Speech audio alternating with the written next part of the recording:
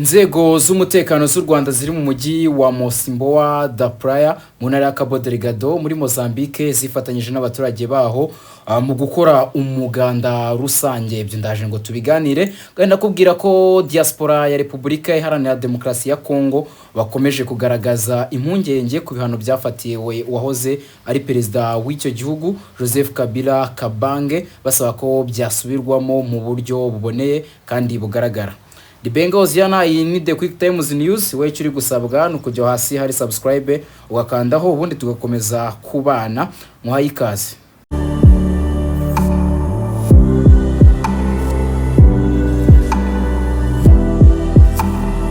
Inzego z'umutekano z'u Rwanda bwo n'abasirikare n'abapolisi bari mu mujyi wa Mosimboa da Praia mu ntara ya Cabo Delgado mu gihugu cya Mozambique bifatanyije n'abaturage baho, inzego za leta ndetse n'inzego z'umutekano za Mozambique mu gikorwa cy'umuganda wo gusukura umujyi wa Cabo Delgado. Iki gikorwa cyabaye kuri uyu wa gatandatu tariki ya 2 Mata 2026 cyahuje ingabo na polisi by'u Rwanda n'abaturage ba Mozambique, cyagaragaje bufatanye n'ubwuzuzanye hagati y'impande zombi.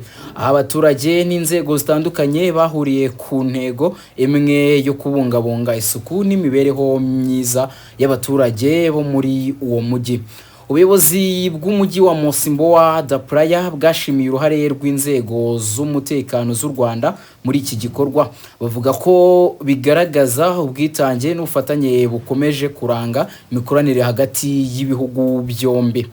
Ku ruhande rw'inzego z'umutekano z'u Rwanda bashimangiye ko ibikorwa nk'ibi ari ingenzi mu guteza imbere imibereho myiza y'abaturage no gukomeza kwimakaza umuco wo gufatanya mu kubaka umuryango utekanye kandi ufite amahoro.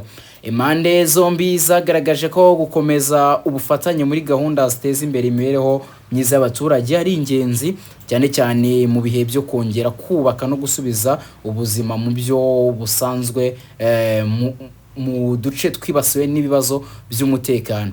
Iki gikorwa cy'umuganda ni kimwe mu bigaragaza uruhare rw'u Rwanda mu gushyigikira amahoro n'iterambere muri Mozambique, by'umwihariko mu ntara ya Cabo Delgado.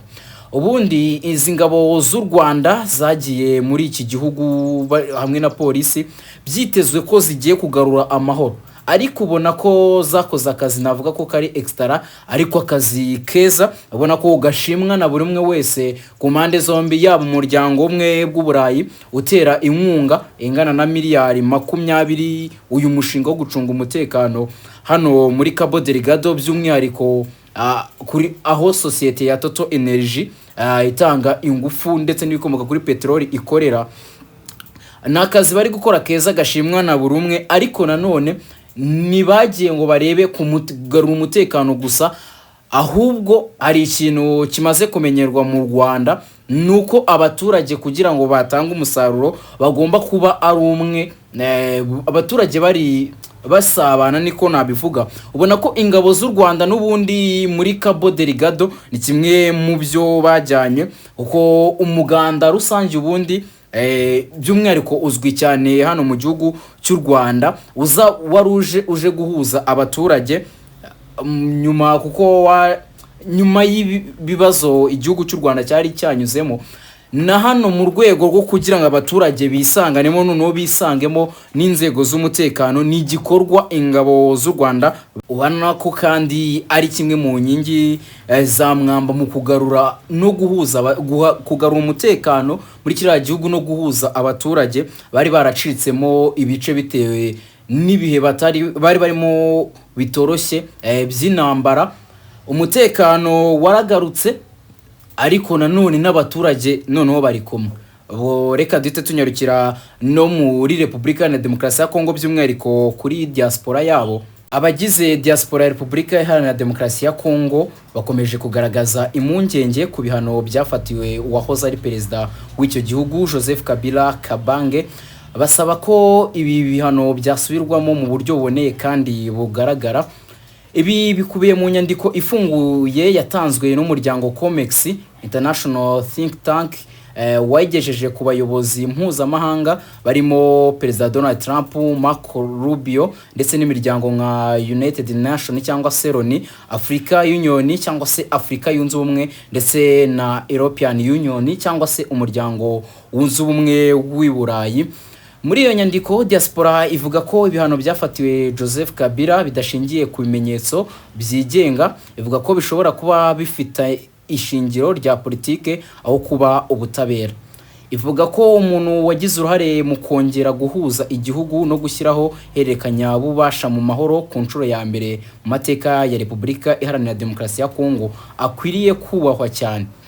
Abashyize umukono kuri iyi nyandiko basabye ibintu bitatu by'ingenzi: gusubiramo ibyo bihano mu buryo bwigenga kandi buboneye, kubahiriza itegeko nshinga rya Repubulika Iharanira Demokarasi ya Kongo ndetse no gutangiza ibiganiro bya politike byitabirwa n'impande zose.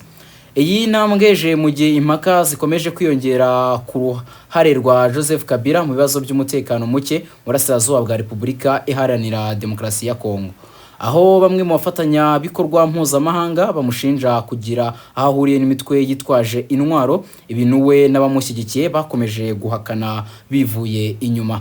Abasesenguzi bavuga ko gusaba isubirwamo ry'ibihano bishobora kongera igitutu ku miryango mpuzamahanga kugira ngo harebwe niba ibyemezo byafashwe na Leta Zunze Ubumwe za Amerika byo gufata ibihano Joseph Kabila byubahirije amahame y'ubutabera n'uburinganire.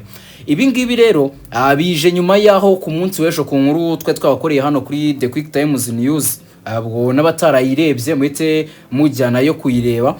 Joseph Kabila n'abamuhagarariye nabo bamaganiye kure ibihano bafatiwe na Leta Zunze Ubumwe za Amerika, bavuga ko nta butabera na buke burimo, harimo kubogama, babogamiye ku ruhande rwa Leta ya Kinshasa. Ku ruhande rwa Joseph Kabila kandi bavuga ko nta na hato bahuriye n'umutwe wa AFCM 23.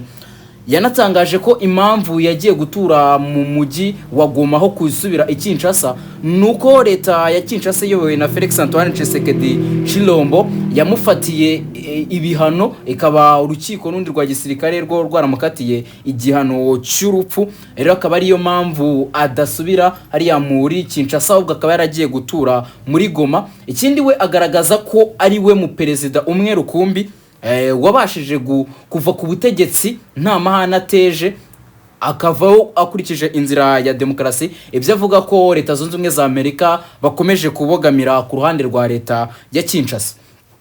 Ubwo na COMEX cyangwa se International Think Tank nabo baje kunga mu rya Joseph Kabila. Ubwo no gutegereza tukareba niba iki gitutu cya diaspora ya Repubulika ya Demokarasi ya Kongo hari icyo kiza guhindura ku bihano byafatiwe Joseph Kabila Kabanga. Iyi ni The Quick Times News, Ngendi Benga Oziana. Ndagushimiye cyane, wowe cyuri gusabwa no kujya hasi hari subscribe ugakandaho kugira ngo gahunda za The Quick Times News ujye ukomeza kuzikurikira na bitakugoye. Amahoro n'imigisha Nyagasani atanga bikomeze bane namwe, kandi gahunda za The Quick Times News zikomeze zibanogere.